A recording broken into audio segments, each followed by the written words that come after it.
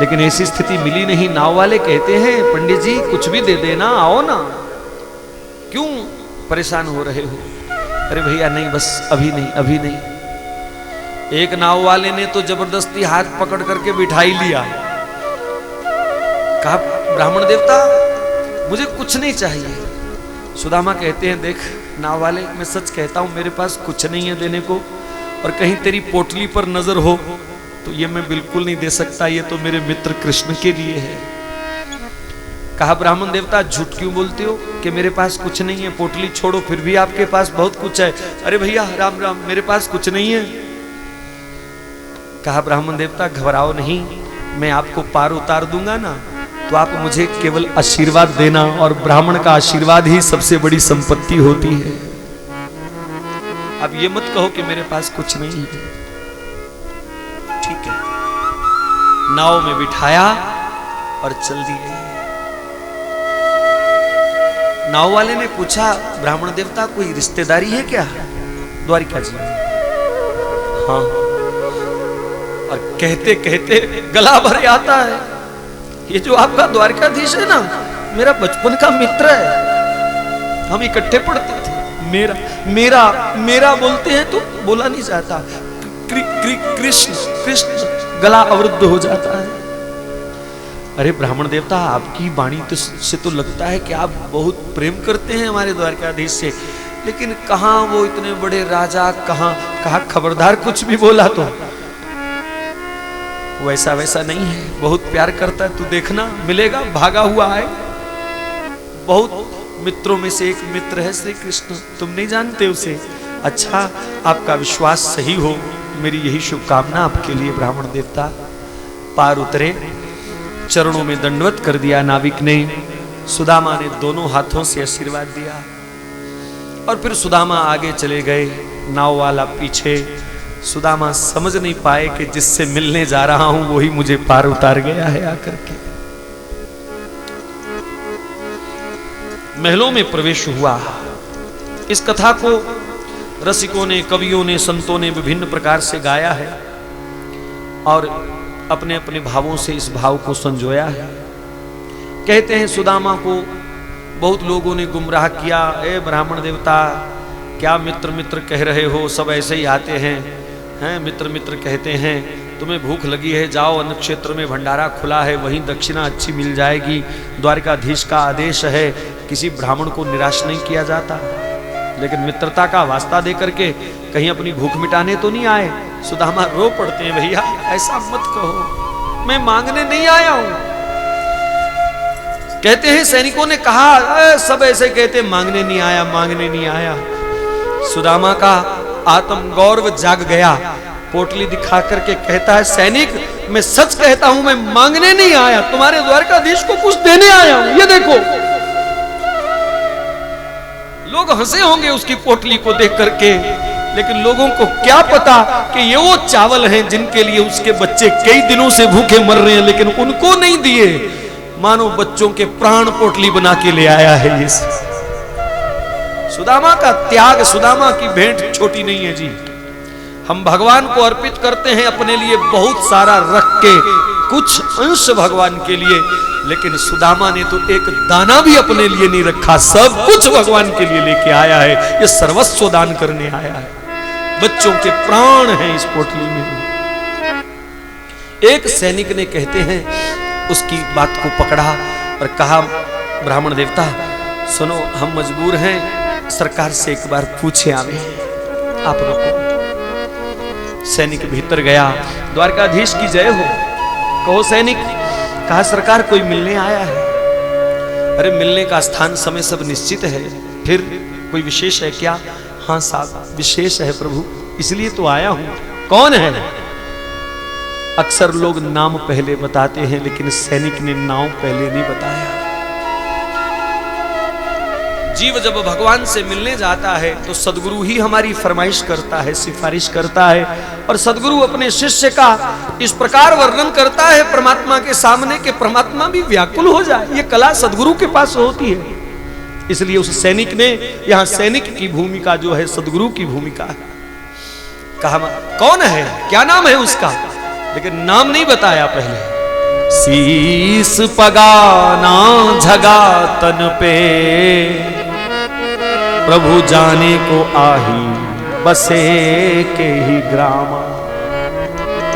महाराज सिर पर पगड़ी नहीं है, तन पर कोई कपड़ा नहीं है, पता नहीं किस गांव का रहने वाला है, और धोती फटी सी लटी दुपटी सी, और उपाय उपारन की नहीं सामा। फटी सी धोती आधी नीचे आधी ऊपर लपेटी है, बड़ी मुश्किल से लज्जा ढक रहा है, पैरों की बीवाइयां फटी हैं, रक्त बह रहा है क्योंकि जूता नहीं है उसके पास। कहा कौन है, कहां है? शायद कृष्ण जी को लगा कि मेरे राज्य में मेरी प्रजा की ऐसी गरीब स्थिति ये कैसे हो गया? अरे कौन है, कहां है? द्वार खड़ो, अरे द्वार पे खड़ा कौन है? द्विज ब्राह्मण है। भगवान को लज्जा आई, मेरे राज्य में ब्राह्मण की ऐसी स्थिति। द्वार खड़ो द्विज दुर्बल एक, रयो चकिसो वसुधाय अभिरामा। अरे द्वार पर क्या कर रहा है?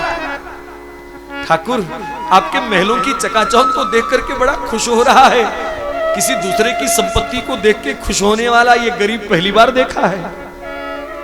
अरे अरे क्या कहता है? उसको कुछ दिया नहीं आपने, खिलाया नहीं, कोई वस्त्र इत्यादि? कहा सब कुछ दिया, उसके आगे सब कुछ रखा, लेकिन कुछ नहीं लेता। भगवान ने कहा क्या चाहता है? सैनिक कहता गोविंद वो सिर्फ आपको चाहता है, सिर्फ आपको। पूछत दीन दयाल को नाम, हम वस्त्र देते हैं, भोजन देते हैं, तो कहता है कृष्ण कृष्ण। भगवान ने कहा कृष्ण कृष्ण कहने वाले दुनिया में बड़े हैं, ये कोई विशेष है क्या? कहा हाँ ये खास है, विशेष है, क्योंकि जब कृष्ण बोलता है तो कृष्ण बोला नहीं जाता, आंखों से झरझर अश्रु बहते हैं, गला अवरुद्ध हो जाता है, कृष्ण शब्द भी पूरा नहीं कर पाता वो। भगवान ने सोचा है मेरे को इतने प्यार से भजने वाले ने अपना नाम नहीं बताया, अरे उसका नाम नहीं पूछा तूने। सैनिक ने देखा अब व्याकुलता बढ़ गई, तो बतावत यापनो नाम सु सु, अभी सु ही बोला था कि बाकी नाम भगवान ने छलांगे लगाते हुए पूरा कर दिया। सुदामा सुदामा सुदामा सुदामा सुदामा, छलांग लगाई, प्रभु ने, मुकुट गिर गया, पीतांबर गिर गया। लक्ष्मी रुक्मिणी बैठी है, अरे प्रभु कहां जा रहे हो? अरे अरे सुदाम आया, सुदाम, अरे बाहर जा रहे हो, मुकुट तो धारण कर लो। नहीं रुक्मिणी, मेरे मित्र के सिर पर पगड़ी नहीं है, मैं मुकुट धारण करके कैसे जाऊं? मेरे मित्र का तन नंगा है, मैं पीतांबर रेशमी वस्त्र ओढ़ करके कैसे जाऊं? मेरे मित्र के पांव नंगे हैं, मैं जूता चप्पल पहन के कैसे जाऊं? एवं यथा प्रबध्यन्ते तांस्तैव भजाम्यहम्। जो व्यवहार भक्त का भगवान के प्रति, वही व्यवहार भगवान का भक्त के प्रति होता है। और भगवान छलांगे लगाते हुए दौड़े, एक एक कदम में 4-4 सीढ़ी सुदामा सुदामा करते हुए, और लिपटा लिया अपनी छाती से। लोग देख रहे हैं अपने द्वारकाधीश को। ओ बहुत देर बाद थोड़ा सा हटाया, मुख देखा, फिर चिपका लिया, फिर मुख देखा, फिर चिपका लिया। बस तू आया क्यों नहीं सुदामा, तू आया क्यों नहीं? सच्चे प्रेम की यही पहचान है कि आंसू बात करते हैं, मुख से बात नहीं होती। गिरा रहे जो मौन, आंसू बह देत निशानी। सच्चे प्रेम की यही तो निशानी है। एक दूसरे के वस्त्र भीग गए, फिर सुदामा को बाहों में लेकर के श्री कृष्ण द्वारिका की सीढ़ियां चढ़ते हुए जा रहे हैं। रास्ते में कोई भी मिला, छोटे से छोटा झाड़ू वाला भी मिला ना, तो खड़े होकर के परिचय दिया, है जानता है ये कौन है? मेरा बचपन का मित्र, मेरा सुदामा आया है, सुदामा।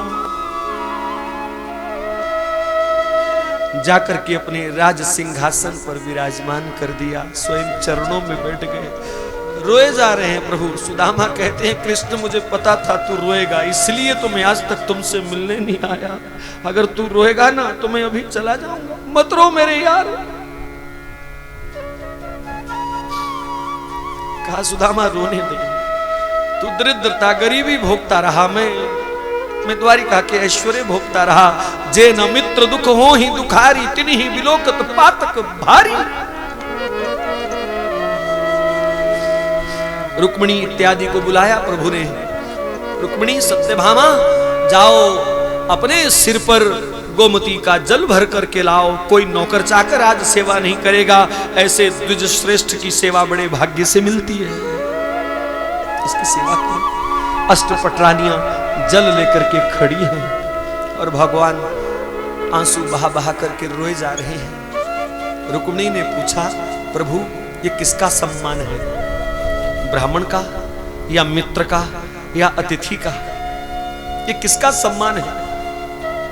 भगवान कहते हैं रुक्मिणी ये ना ब्राह्मण का सम्मान है, ना मित्र का सम्मान है, ना किसी अतिथि का सम्मान है।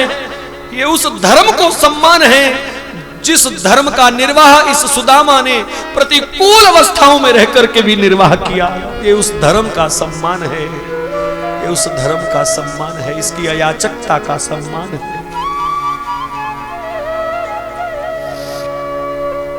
भगवान चरण दबा रहे थे ना, तो सुदामा थोड़ा कराहने लगे। प्रभु को लगा कि चरण दबाने से तो आराम मिलना चाहिए था, ये फिर दर्द क्यों महसूस कर रहे हैं। नजर गई, देखा तो रक्त हाथों पे। क्या हुआ, पैरों की फटी हुई बिवाइयों में जो कांटे थे, पत्थर थे, वो दबाने से जब और गहरे हुए तो रक्त बह गया। और उस रक्त को देख करके फिर प्रभु फिर बहुत रोए, बहुत रोए। कवि नरोत्तम लिखते हैं कि ऐसे बेहाल बिवाइन सो पग कंटक जाल लगे पुनि जोए। हाय महादुख पायो सखा न आए इते ना कहां दिन खोए। देखी सुदामा की दीन दशा करुणा करके करुणा निधि रोए। पानी परात को हाथ छुयो नहीं, नैनन के जल सो पग धोए। नैनन के जल सो पग धोए।